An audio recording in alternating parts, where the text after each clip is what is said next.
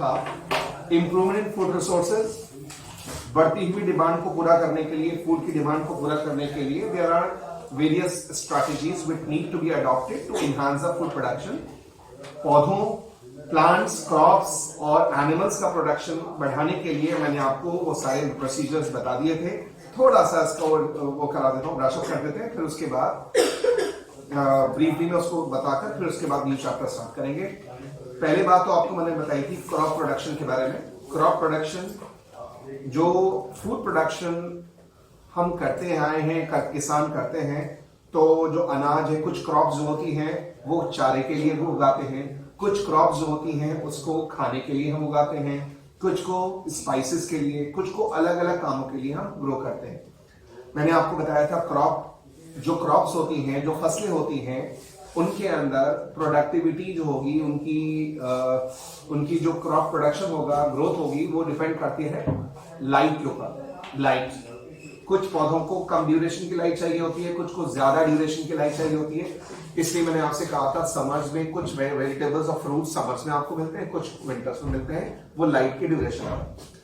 इसके अलावा मैंने आपको ये बात बताई थी बेटा, क्रॉप वैरायटी, जो क्रॉप्स हैं, किसान जो क्रॉप्स उगाते हैं उनको उसकी इन्हांसमेंट के लिए, उसका अगर फूड प्रोडक्शन बनाना चाह रहे हैं तो उसके लिए 3 ऑब्जेक्टिव बताए थे: crop variety improvement, crop production enhancement और crop protection management. Crop variety improvement में मैंने आपको बताया था जो एग्जिस्टिंग वैरायटीज हैं उनको चेंज करके उन वैरायटीज को जेनेटिकली मॉडिफाई बनाना, ताकि वो उनकी प्रोडक्टिविटी, उनकी ईल्ड अच्छी हो जाए। एक बात बताया कि हाई यील्डिंग वैरायटीज, वो फसलें, वो क्रॉप्स, वो वैरायटीज जिसकी ईल्ड अच्छी होती है, जिसको किसानों को और फायदा भी होता है और फूड प्रोडक्शन ज्यादा होता है। इसके रिगार्डिंग मैंने हरित क्रांति, ग्रीन रेवोल्यूशन के बारे में बताया था। अच्छी वैरायटी वो ऐसी वैरायटी होती है जिसकी प्रोडक्टिविटी अच्छी हो, जो माहौल के, सराउंडिंग के स्ट्रेस को झेल सकती हो। नंबर 3, उसके अलावा उसमें कीड़ा लगने की प्रोबेबिलिटी कम हो। ये सारी बातें तुम्हें बताएंगे। फिर उसके बाद मैंने तुम्हें बताया था क्रॉप वैरायटी इंप्रूवमेंट के अलावा एक होता है crop production management. Crop production management में, प्रोडक्शन में मैंने आपसे ये कहा था, जो फसलें, जो पौधे को ग्रो कराते हैं, तो अक्सर प्लांट्स को ग्रो कराने के लिए, उनके रिप्रोडक्शन कराने के लिए पौधों को न्यूट्रिएंट चाहिए होते हैं। 2 टाइप के न्यूट्रिएंट बताए थे, मैक्रो न्यूट्रिएंट्स और माइक्रो न्यूट्रिएंट। जो न्यूट्रिएंट्स प्लांट को ज्यादा मिकदार में, ज्यादा मात्रा में चाहिए होते हैं उनको मैक्रो कहते हैं, और जो कम क्वांटिटी में माइक्रो। उसमें carbon, hydrogen, oxygen, nitrogen, phosphorus, sulphur, magnesium, potassium, ये मैक्रो में बताया था, और कुछ माइक्रो में बताया था, जैसे आयरन, मॉलिब्डेनम, जिंक, ये सब माइक्रो में होते हैं। मिट्टी के अंदर वो सारे न्यूट्रिएंट मुहैया कराने के लिए, प्रोवाइड कराने के लिए हमारे पास 2 तरीके होते हैं। एक होते हैं मैन्योर्स, एक होते हैं फर्टिलाइजर्स। मैन्योर और फर्टिलाइजर में याद होगा तुम्हें, मैंने बताया था मैन्योर जो होती है ऑर्गेनिक फर्टिलाइजर्स को कहते हैं। इसमें 3 बताई थी। एक होती है कंपोस्ट, एक होती है वर्मी कंपोस्ट, और एक होती है ग्रीन मैन्योर। नॉर्मली कंपोस्ट का मतलब होता है ऐसी खाद जो बायोडिग्रेडेबल चीजों से, पत्तियों से और किचन वेस्ट को सड़ाकर, गला के उससे बनती है, उसको कहते हैं कंपोस्ट। और वर्मी कंपोस्ट वो कंपोस्ट होती है जिसको बनाने में अर्थवॉर्म का इस्तेमाल किया जाता है। अर्थवॉर्म जो वेस्ट निकालता है उसमें नाइट्रोजन होता है, वो नाइट्रोजन की वजह से उसकी खाद के अंदर नाइट्रोजन की मात्रा ज्यादा हो जाती है। एक होती है ग्रीन मैन्योर। ग्रीन मैन्योर में बताया था कुछ ऐसी ग्रासेस हैं जैसे सन है, उसको ग्रो कराया जाता है, और ग्रो कराने के बाद उसको मिट्टी में क्रश कर दिया जाता है, मिला दिया जाता है। उससे क्या होता है, उसके अंदर जो है न्यूट्रिएंट कंटेंट बढ़ जाता है, उसको ग्रीन मैन्योर कहते हैं। एक होते हैं केमिकल फर्टिलाइजर। केमिकल फर्टिलाइजर ऐसे केमिकल्स होते हैं जिसमें अमोनिया है, यूरिया है, डाई अमोनियम फॉस्फेट है, जो मिट्टी में डालते हैं नाइट्रोजन, पोटेशियम, फास्फोरस जैसे न्यूट्रिएंट्स को बढ़ाने के लिए। वो मैक्रो उसको हम फर्टिलाइजर कहते हैं। लेकिन फर्टिलाइजर का इस्तेमाल ज्यादा करने से सॉइल की फर्टिलिटी इन लॉन्ग रन कम हो जाती है, और बहुत सारे जो फ्रेंडली माइक्रो ऑर्गेनिजम्स होते हैं वो मर जाते हैं ज्यादा केमिकल के इस्तेमाल करने से। तो इसका ये डिसएडवांटेज है जो कि केमिकल फर्टिलाइजर। और केमिकल फर्टिलाइजर्स और केमिकल पेस्टिसाइड का नुकसान तो मैं बताया था, ये पानी में घुलकर डिसॉल्व होकर नदियों में जाते हैं और नदियों को गंदा करते हैं, वाटर पोल्यूशन का पार्ट बन जाते हैं। देन क्रॉप प्रोडक्शन, मैंने आपको बात बताई इंटर क्रॉपिंग, मिक्स क्रॉपिंग, एक ही लैंड के ऊपर कई सारी क्रॉप्स को ग्रो कराना, किस लिए? ताकि एक ही स्पेसिफिक टाइप के न्यूट्रिएंट्स मिट्टी में खत्म ना हो जाएं, तो उसको कहते हैं मिक्स क्रॉपिंग। इंटर क्रॉपिंग का मतलब होता है ऑल्टरनेट रोज के अंदर एक में आपने सरसों लगाई हुई है, एक में आपने गोभी लगाई हुई है, एक में रेडिश लगाई हुई है, एक में गाजर लगाई हुई है, एक ही लैंड पे एक ऑल्टरनेट पैटर्न में आप जो ग्रो करते हैं उसको कहते हैं। उसके बाद बच्चों आपको याद होगा मैंने आपको एक चीज बताई थी, पेस्टिसाइड। पेस्टिसाइड मतलब पेस्ट, कीड़े मारने के लिए जो दवाइयां होती हैं, कीड़े मारने के लिए जो दवाइयां होती हैं उसको कहते हैं पेस्टिसाइड। अब वो पेस्ट का मतलब होता है जो हमारी क्रॉप्स को, हमारी फसलों को नुकसान पहुंचाते हैं, कोई भी एजेंट्स, उसको पेस्ट कहते हैं। ये पेस्ट वीड भी हो सकती है, अनचाहे प्लांट जो उग जाते हैं मेन क्रॉप के आसपास, उसको कहते हैं वीड्स। वीड को मारने के लिए इस्तेमाल करते उसको कहते हैं वीडीसाइड। एक होती है फंजीसाइड, फंगस को किल करने के लिए। तुमने देखा होगा शुगर केन के ऊपर लाल लाल स्पॉट पड़ जाते हैं, तो वो फंगल इन्फेक्शन है। आलू के ऊपर काले काले स्पॉट पड़ जाते हैं, तो वो फंगल इन्फेक्शन है। तो कई सारे फंगल इन्फेक्शन को किल करने के लिए हम उसमें फंजीसाइड डालते हैं। एक होती है इंसेक्टिसाइड, इंसेक्ट्स को मारने के लिए, तो ये पेस्टिसाइड का इस्तेमाल किया जाता है। कभी कभार क्या होता है फ्यूमिगेशन। फ्यूमिगेशन समझते हैं?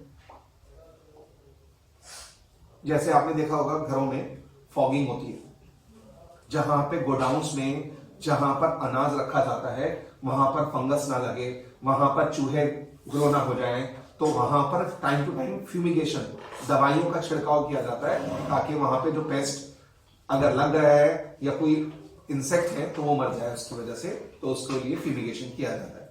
फिर उसके बाद इफ यू रिमेंबर बच्चों, मैंने आपको कुछ बातें बताई थी उसके रिगार्डिंग एनिमल हस्बेंड्री के बारे में। एनिमल हस्बेंड्री में मैंने बताया था जब एनिमल्स को पाला जाता है लार्ज स्केल पे, किस चीज के लिए? प्रोडक्शन ऑफ फूड के लिए, प्रोडक्शन ऑफ मिल्क के लिए, प्रोडक्शन ऑफ फ्लेश के लिए, प्रोडक्शन ऑफ एग्स के लिए, बहुत सारी चीजों के लिए हम एनिमल को पालते हैं, तो उसको एनिमल हस्बेंड्री कहते हैं।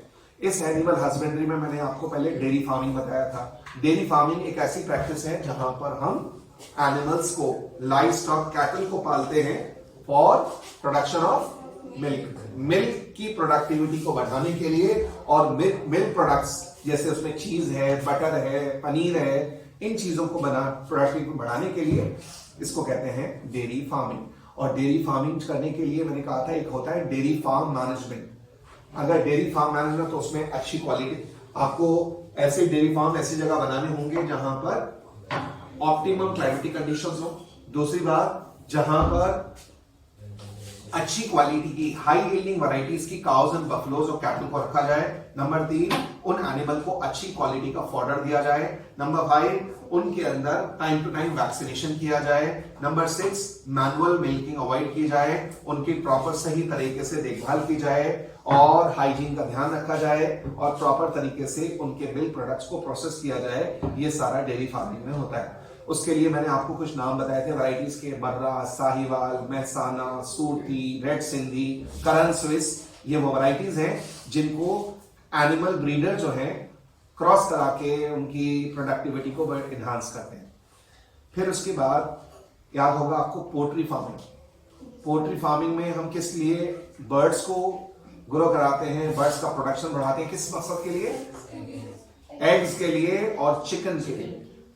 एग्स के लिए और चिकन को के लिए जब मार्केट की चिकन डिमांड को पूरा करने के लिए जब हम बहुत ज्यादा बर्ड्स को पालते हैं, उनकी केयरिंग करते हैं, उनकी प्रोडक्शन बढ़ाते हैं, तो उसको हम कहते हैं पोल्ट्री फार्मिंग। पोल्ट्री फार्मिंग के लिए कोई जो हैन होती है, कोई उसकी है अच्छी वैरायटी का हैन का नाम बता सकते हैं?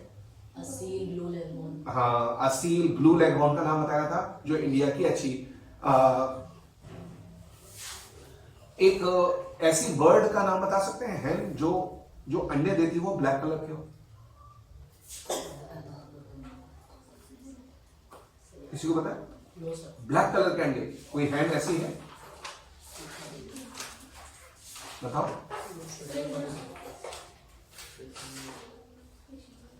कड़कनाथ नाम सुना है? कड़कनाथ नहीं?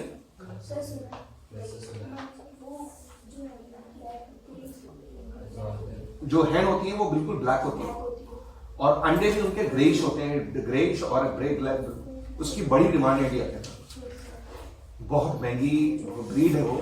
ऐसे ही असील, गांव में असील जो नस्ल का जो मुर्गा होते हैं वो बड़े महंगे होते हैं और तो असील है, ब्लू लेग हॉर्न है, इनको अच्छी नस्ल की वो मानी जाती है। अच्छा, व्हाट इज ब्रॉयलर? नहीं, ब्रॉयलर, बॉयलर नहीं, ब्रॉयलर। बेटे ब्रॉयलर क्या होता है? सर वो है जिसको हम मतलब उसको टाइम तो बहुत लगता है ग्रो होने में, लेकिन हम उसके अंदर कुछ ऐसी वैक्सीन लगाते हैं जिसकी वजह से वो वैक्सीन नहीं, हार्मोन। हार्मोन लगाते हैं जिसकी वजह से वो जल्दी बढ़ जाता है। हाँ, मैंने आपको ये बताया था कि अगर आप चूजों को, चिक्स को जो अंडे से निकालते हैं उनको नेचुरल फीड दें और नेचुरल टाइम के अंदर नेचुरल माहौल में उनको ग्रो कराएं, उनको पालें, तो 1 से 7 मतलब 1 केजी का होने में 6 से 7 महीने का वक्त लगता है। तो उसमें आजकल क्या करते हैं, उसमें ग्रोथ हार्मोन का इंजेक्शन लगा के उनको वक्त से पहले 25 से 45 दिन में 1 केजी का कर देते हैं, ताकि मार्केट की चिकन डिमांड को पूरा करने के लिए। इसको कहते हैं क्या? Broiler chicken. और इसके अलावा एग्स पोल्ट्री फार्मिंग में हम करते हैं। तो पोल्ट्री फार्मिंग आपको बताएंगे। एक होती है एपीकल्चर। एपीकल्चर में culturing and breeding of fishes नहीं, हनीबीज। हनीबीज को जब पालते हैं, मधुमक्खियों को जब पालते हैं लार्ज स्केल पर, उनसे हनी और बी वैक्स हासिल करने के लिए, इसको क्या कहते हैं? एपीकल्चर। आपसे एग्जाम में पूछा जा सकता है एपीकल्चर के अंदर इंडिया में कौन सी अच्छी वैरायटीज की हनीबीज को कल्चर किया जाता है? एपिस मेलिफेरा का नाम है ना? एपिस मेलिफेरा है, एपिस इंडिका है, एपिस अमेरिकाना है, एपिस बहुत सारी, लेकिन एपिस मेलिफेरा इसको काफी प्रेफर किया जाता है। एपिस डॉर्सेटा भी होती है। ये वो वैरायटीज हैं जिसको प्रेफर किया जाता है किस चीज के लिए? एपीकल्चर के लिए। एपीकल्चर में मैंने आपसे कहा था, जब आप एपीकल्चर करते हैं तो you need to know the life cycle of honeybees. Honeybees के बारे में आपको जानना होगा। हनीबीज कितने टाइप की होती है? वर्कर होती है, ड्रोन्स होते हैं और क्वीन होती है, और अंडे देने वाली जो होती है क्वीन होती है, कुछ सोल्जर बीज होती है। उनके लाइफ साइकिल, उनके पैटर्न को स्टडी करना जरूरी होगा। अच्छा, ऐसा क्यों कहा जाता है? किसानों को सलाह दी जाती है कि आप खेती बाड़ी के अलावा कुछ और काम भी करिए। इसको कहते हैं इंटीग्रल एग्रीकल्चरल प्रैक्टिसेस। मतलब अपने खेतों के अंदर बी हाइव लगा लो, मधुमक्खी का छत्ता लगा लो और कैटल को भी पालो, गाय, भैंस, बकरी, इन एनिमल्स को भी पालिए। क्यों? क्या होगा? तो एक आप अगर वहां पर बी हाइव लगाते हैं, मधुमक्खी का छत्ता लगाते हैं, तो वो उसमें से जो हनी है वो पॉलिनेटिंग एजेंसी का काम करेगी। पॉलिनेशन, फूलों में पॉलिनेशन कराएंगे, जिससे आपकी फसल अच्छी होगी, जल्दी से जो होगी, जो पॉलिनेटिंग एजेंसी की वजह से बहुत जल्दी अच्छा फायदा आपको होगा, प्रोडक्शन अच्छा हो जाएगा। दूसरा, वो हनी निकाल कर आप मार्केट में बेच सकते हैं, एक एक्स्ट्रा इनकम आपकी हो जाएगी। फिर उसके बाद अगर आप कुछ एनिमल्स को पालते हैं, वो एनिमल वीड्स को, जो अनचाहे प्लांट्स हैं, आप उनको खिला सकते हैं, फीड करा सकते हैं। उसके बाद उन एनिमल्स को आप बाजार में बेच भी सकते हैं। फिर उन एनिमल का जो डंग होता है, उस डंग को आप बायोगैस प्लांट, जो बायोगैस प्लांट होता है, उसमें डाल के सड़ाकर उसमें से गैस निकलती है, जिसको कहते हैं बायोगैस। इन बायोगैस को आप फ्यूल के लिए इस्तेमाल कर सकते हैं, और जो चीज बच जाएगी उसको खाद के तौर पर इस्तेमाल करेंगे। तो ये सारी चीजें किसानों को सुझाव दिया जाता है। किसान इन चीजों को भी करते हैं, वो है इंटीग्रल एग्रीकल्चर प्रैक्टिसेस।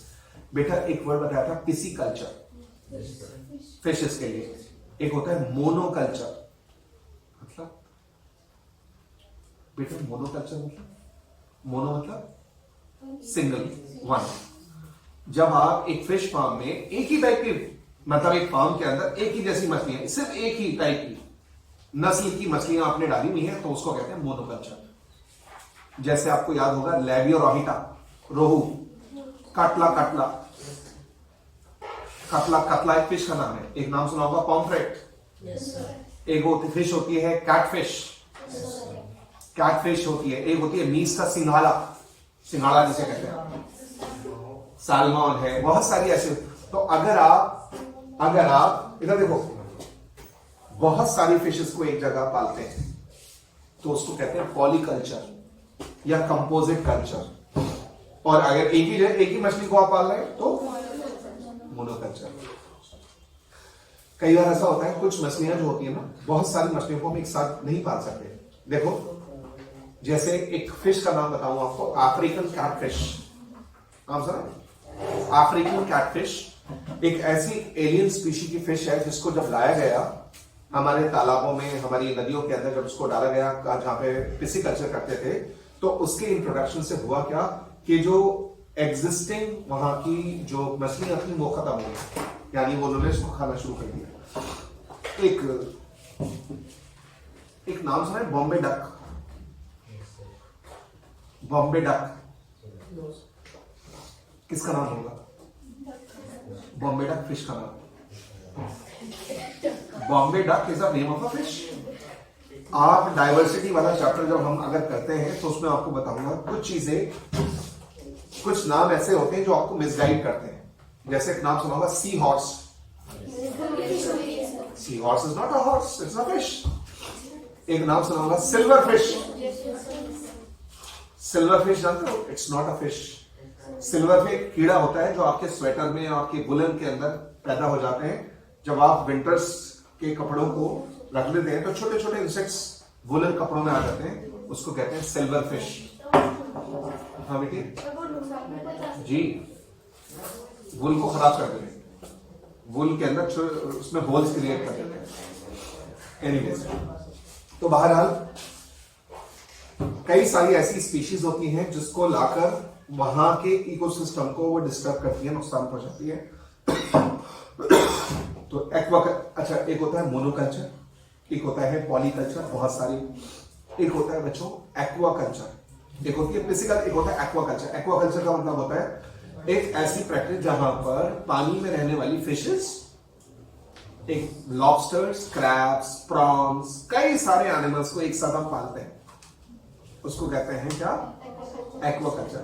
एक नाम सुना है आप बच्चों ने, पिंटाडा वुल्गारिस,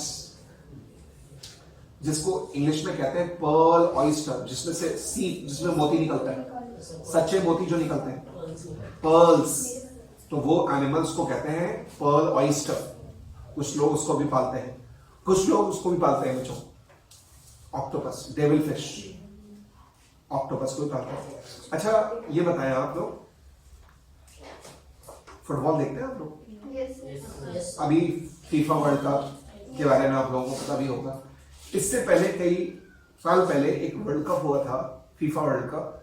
उसके अंदर एक ऑक्टोपस बड़ा फेमस हुआ था, किसी को मालूम है? उसका नाम था पॉल। पॉल नाम का एक ऑक्टोपस था, बड़ा फेमस हुआ था। उसकी जो जितनी भी उसकी प्रेडिक्शंस थी वो काफी हद तक सही साबित हुई जी। वो क्या होता था, जिस कंट्री का मैच होता था उस कंट्री के फ्लैग्स को रख दिया जाता था, वो जाके जिस कंट्री के इस फ्लैग पे बैठ जाता था वो जीत जाती। ये आप सोचते रहिएगा। उसका नाम दिया गया था, वो पेट ऑक्टोपस था, उसका नाम था पॉल। वो बड़ा फेमस हुआ उस वर्ल्ड कप में, पॉल ऑक्टोपस सबसे ज्यादा फेमस हुआ था। तो उसके बारे में खुद सर्च कीजिएगा और इंशाल्लाह आपको पता चल जाएगा। बहरहाल तो बात ये चल रही थी, एक्वाकल्चर मैंने आपको बता दिया, पिसिकल्चर आपको बता दिया है, और जी मैरीकल्चर। मैरीकल्चर क्या होता है बेटा?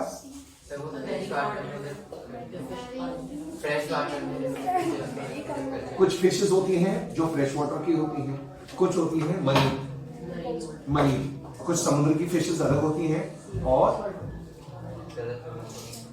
एक चीज मैंने बताई थी आपको, मिनामाटा डिजीज। मिनामाटा डिजीज का जिक्र आपसे किया था। क्या हुआ था इस मिनामाटा डिजीज में? मैंने आपको ये बताया था कि काफी सारी जो टॉक्सिक चीजें होती है ना पानी में, फिशेस उसको कंज्यूम कर लेती है, और फिश के अंदर जो एडिपोज टिश्यू होती है ना, उसके अंदर जाके वो इकट्ठा हो जाता है। जापान के अंदर एक कोस्ट है जिसका नाम है मिनामाटा। मिनामाटा कोस्ट पर हुआ क्या था, वहां की गवर्नमेंट ने एक फैक्ट्री लगाने की परमिशन वहां दे दी, और वो फैक्ट्री क्या करती थी अपने फैक्ट्री का जो गंदा पानी था, जो पानी वेस्ट वाटर था, उसमें मरकरी डिजॉल्व था। मरकरी वाले पानी को समुद्र में छोड़ना शुरू कर दिया। वहां की जो फिशेस थी उन्होंने इस पानी को कंज्यूम कर लिया। उसमें मरकरी फिशेस के अंदर इकट्ठा होने लगा। जब वो इकट्ठा हुआ फिशेस के अंदर, तो वहां के जो मछुआरे थे, फिशरमैन ने जाल लगा के उन मछली को पकड़ा और पकड़ के बाजार में ले जाके बेच दिया। जब उसको मछलियों को बाजार में ले जाके बेचा गया और वहां से लोगों ने कंज्यूम करके खाई, तो बहुत सारे लोग बीमार पड़ गए। कुछ लोग ब्लाइंड हो गए, कुछ लोगों को पैरालिटिक अटैक पड़ गया। तो सब लोगों का जो ब्लड टेस्ट हुआ उसमें एक चीज कॉमन पाई गई, वो था मरकरी। तो इस मरकरी से होने वाली बीमारी का नाम दिया गया क्या? मीनामाइसिस। ये कुछ बातें थी जो मैंने आपको पहले भी बता दी। आज हम लोग स्टार्ट कर रहे हैं बच्चों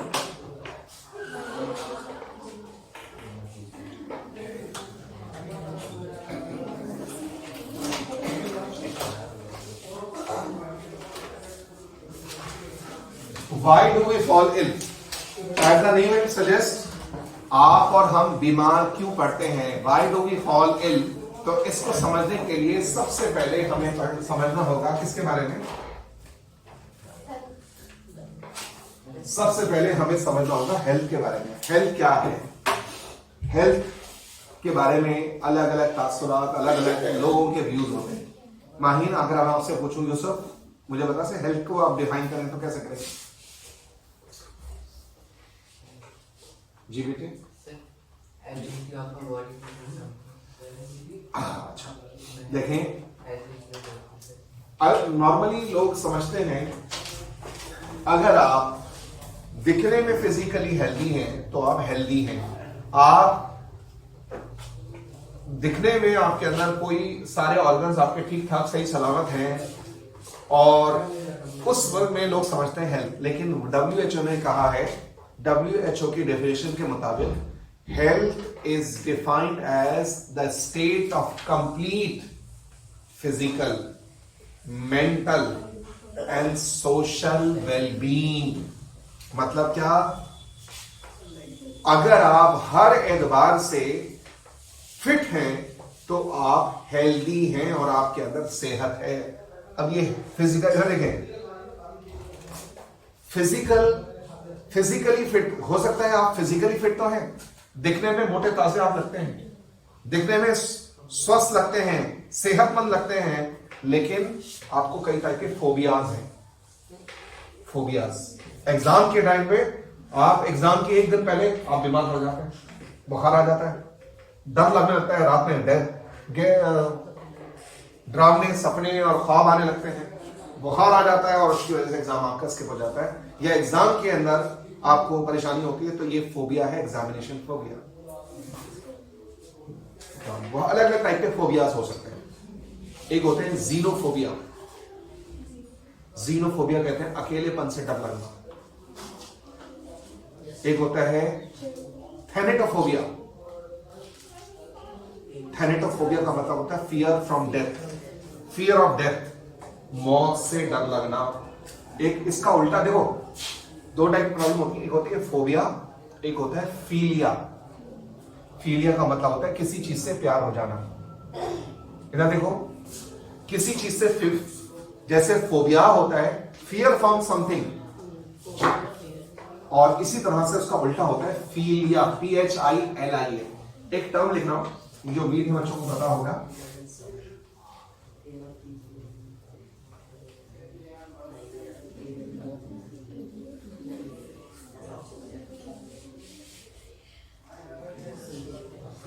जी सर, ऊपर वाले का मतलब है जो किताबों से डरता है, नीचे वाले का मतलब इससे किताब। जी, बिब्लियो मतलब होता है बुक्स, फोबिया मतलब डर।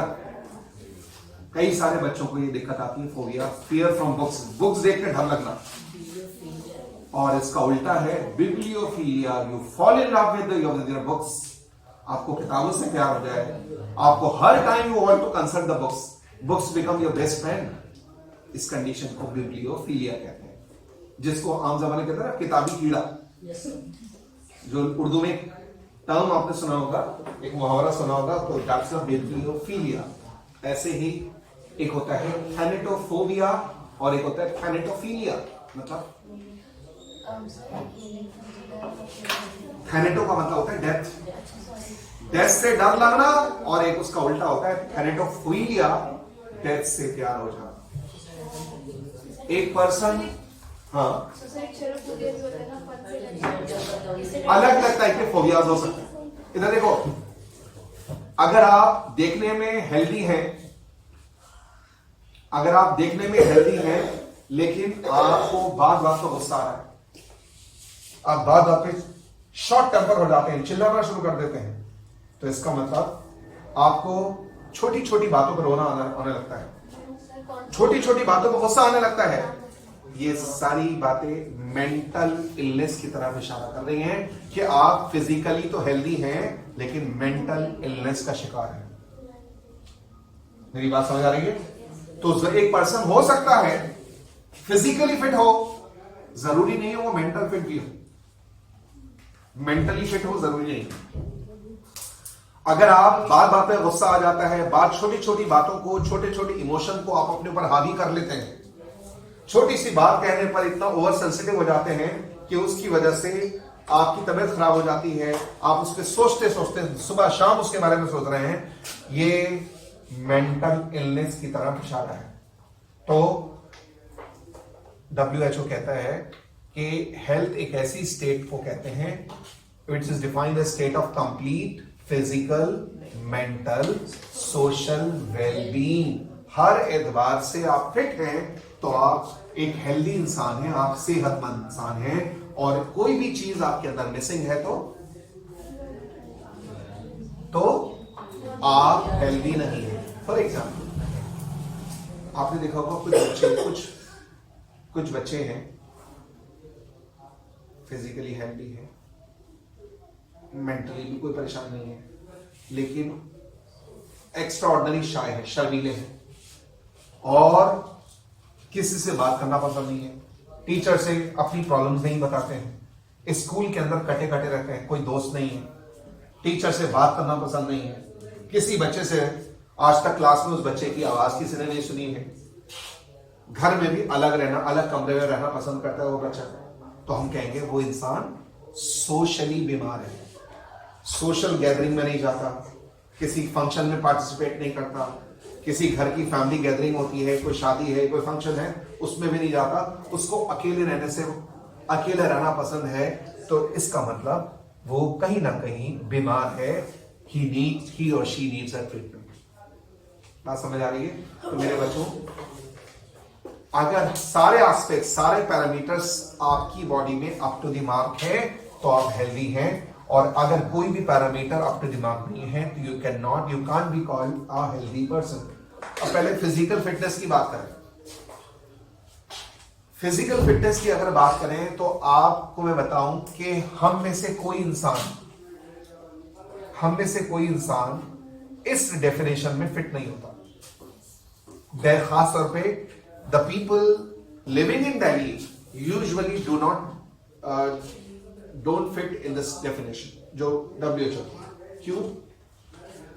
जो हवा आप इनहेल कर रहे हैं, जो सांस आप ले रहे हैं, जो हवा जो कंज्यूम आप कर रहे हैं, उसके अंदर, हवा के अंदर बहुत सारी, दिल्ली के अंदर हवा में बहुत सारी carbon monoxide, sulphur dioxide, nitrogen dioxide, एक नाम सुना होगा परऑक्सी एसिटाइल नाइट्रेट, जिसको आप स्मॉग कहते हो, स्मॉग। इसके अलावा सस्पेंडेड पार्टिकुलेट मैटर होते हैं, लेड कंपाउंड्स हैं। तो ये सारी टॉक्सिक चीजें हम लोग इनहेल कर रहे हैं। तो हम जो इनहेल कर रहे हैं वो प्योर नहीं है। जो खाना आप कंज्यूम करते हैं, हम और आप वेजिटेबल्स कंज्यूम कर रहे हैं, फ्रूट्स वेजिटेबल्स कंज्यूम कर रहे हैं। आपको मालूम है दिल्ली के अंदर जो वेजिटेबल्स की जो सप्लाई है ज्यादातर दिल्ली और आसपास के गांव से आती है वो वेजिटेबल्स, और उन वेजिटेबल्स को इरिगेशन करने के लिए कौन सा पानी इस्तेमाल होता है? यमुना का पानी इस्तेमाल होता है। और Yamuna is not a river anymore, Yamuna has become an open sewer. Yamuna के अंदर जहरीले केमिकल शामिल हैं। यमुना के पानी में लेड है, आर्सेनिक है, मरकरी है और बहुत सारे जहरीले केमिकल्स शामिल हैं। तो उस पानी से जो सिंचाई होती है खेतों के अंदर, उसमें वेजिटेबल्स के अंदर कुछ टॉक्सिक एलिमेंट जाके शामिल हो जाते हैं। उस सब्जियों का हम और आप खा रहे हैं। तो इसकी वजह से छोटे बच्चों में